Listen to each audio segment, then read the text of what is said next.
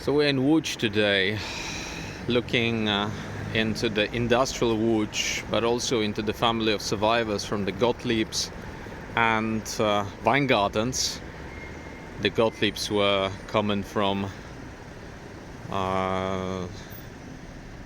Lelów, the Weingardens were coming from Przyrów, and they were coming in order to have their dreams fulfilled in the Little Americas, which was called in late 1800s. It was the second best place to emigrate if for some reason you couldn't make it to United States. And we are at Ogrodowa Street, looking into the premises of the Izrael Poznański Palace, the largest szmata textile business person of 1800s Europe.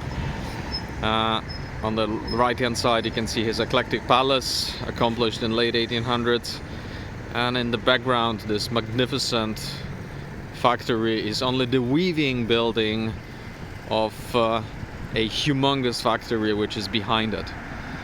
So today converted into a shopping mall, but a magnificent tribute to the industrial heritage of Łódź.